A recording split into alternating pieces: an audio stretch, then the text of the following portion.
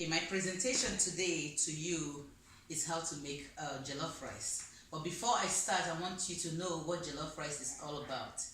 Jollof rice is the most common West African dish, West African food that originally comes from the Senegal, I believe, and has been adopted by other West African countries like Ghana, Sierra Leone, and Nigeria. And this jollof rice is so good that, trust me, you would like to try it. Now, jollof rice is a food delicacy that is eaten and enjoyed in Africa, more precisely in West Africa, Nigeria, where I come from. It's situated in the continent of Africa. This food delicacy is both easy to make and is common sample food in homes, among family members, on lunch, dinner tables. It's also eaten in any occasion that is being celebrated, any occasion that is being made in Africa.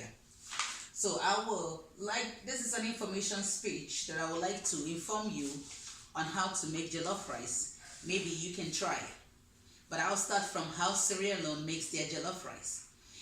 Now, this traditional food is served with an ingredients of rice. You have to get a long grain rice. I don't care what type of rice you want to use. For me, I use a parboiled rice. I think in Ghana they use a basmati rice, and in Sierra Leone they said a long grain rice. I think you can find that in Food for Less or Target or Costco. You can find it there. Now, you cannot cook rice without your meat. You have to get your meat. If you're vegetarian, you can use veggies instead of meat. Then tomato. See, I have my tomato purees here.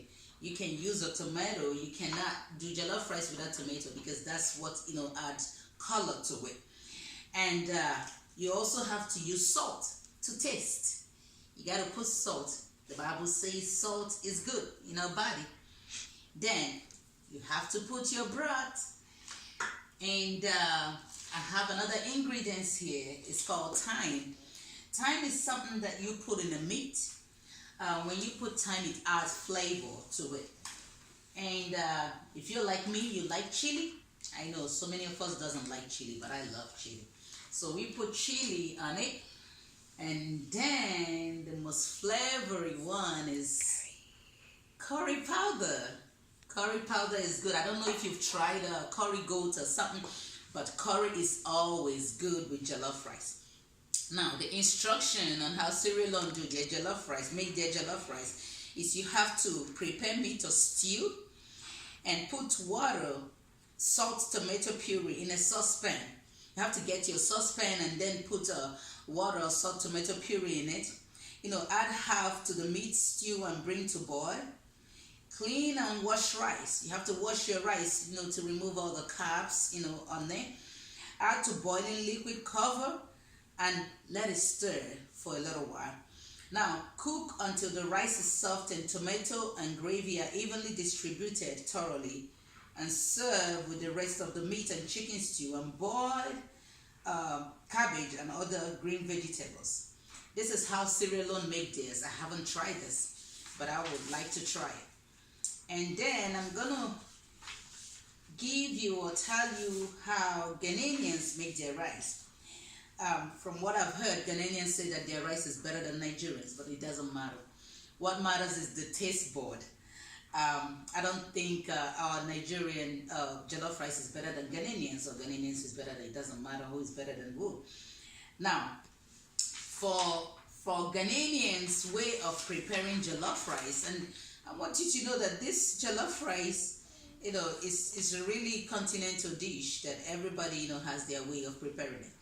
Now, in Ghanaian, they said you have to have 50 grams of rice, 6 large fresh tomatoes. For Nigerians too, I use fresh tomatoes because it's good. 2 medium-sized onions. I only have 1. Okay, but you can use 2 or use 3 if you love onions. Now, vegetable oil. You have to use your chicken and 2 fat cloves of garlic, spices, which is the thyme and the curries that put flavor in the food. It's optional though. if you want to put it. If you don't want to put it, depends on your taste bud. Now 4 chili, red pepper, 2 stock cubes, 2 tablespoons of ground crayfish. Crayfish is good. We Nigerians, we use crayfish a lot. Then you can put all the rishi delicacies in it, which is the veggies, the green pepper, the green beans, the peas, the carrots, and salt to add, and salt to taste. What I mean by a rishi is all of the good stuff that you need, in your jollof rice. I wish I have a picture here. I would have showed you. Trust me, it's good. Now you have to wash and put in a pot. You wash the rice and put the rice in the pot. Now add salt if you want to add salt. If you don't want to add salt, maybe like you're having a heart issues or something, don't put salt in it. Now blend a half onions and mix it in the chicken. Make sure that when you put your chicken, first of all, wash your chicken, put your chicken in the pot, and then put onions and spices in it so that it will boil together, bring the flavor that you need. Now add 2 cubes in the chicken.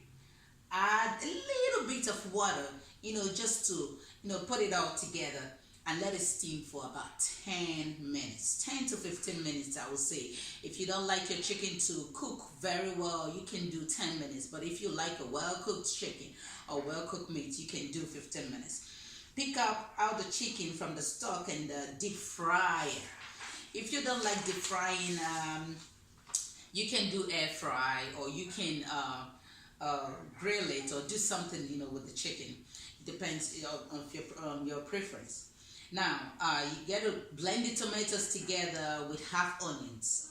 That is always good. Blend the tomato, onions, and garlic. I like to put everything, blend them all together. Then slice different onions, for your oil. Now, you have to put oil. Now, how to prepare the jollof rice proper? You have to put oil in a pot, and then you put your tomatoes and everything blended in the oil.